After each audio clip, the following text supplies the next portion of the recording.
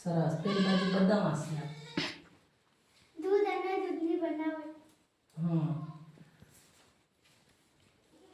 પછી દર મહિને આંગણવાડીમાં આવી વજન ઊંચાઈ લોહીની તપાસ કરવી.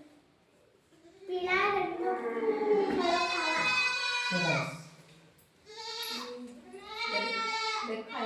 સરસ. સરગવાના પાન અને સિંગ. સરગવાના પાન અને શીંગો ખાવી. પછી પૂર્ણા ઉડર, લોહીની ઉણપ, એ બધું આપણે ક્યારે તપાસ કરાવીએ ત્યારે ખબર પડે ને કે આપણને લોહી કેટલા ટકા છે. આપણું હિમોગ્લોબિન એ નર્સ બેન આવે ત્યારે આપણે લોહીની તપાસ કરાવવાની છે.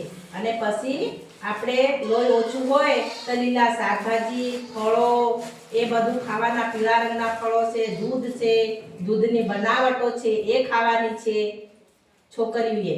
અને જ્યારે તમે ટાઈમ પર હો ત્યારે સ્વચ્છતા રાખવાની છે. સાબુનથી હાથ ધોવાના, દિવસમાં 2 વાર નાહવાનું અને ચોખ્ખા કપડાં પહેરવાના. બરાબર. અને દર બુધવારે તમારે એનિમિયાની ગોળી ગળવાની. એનાથી તમારું લોહી વધશે અને તમારા લોહી સારું થશે અને તમારા લોહીની ઉણપ દૂર થશે.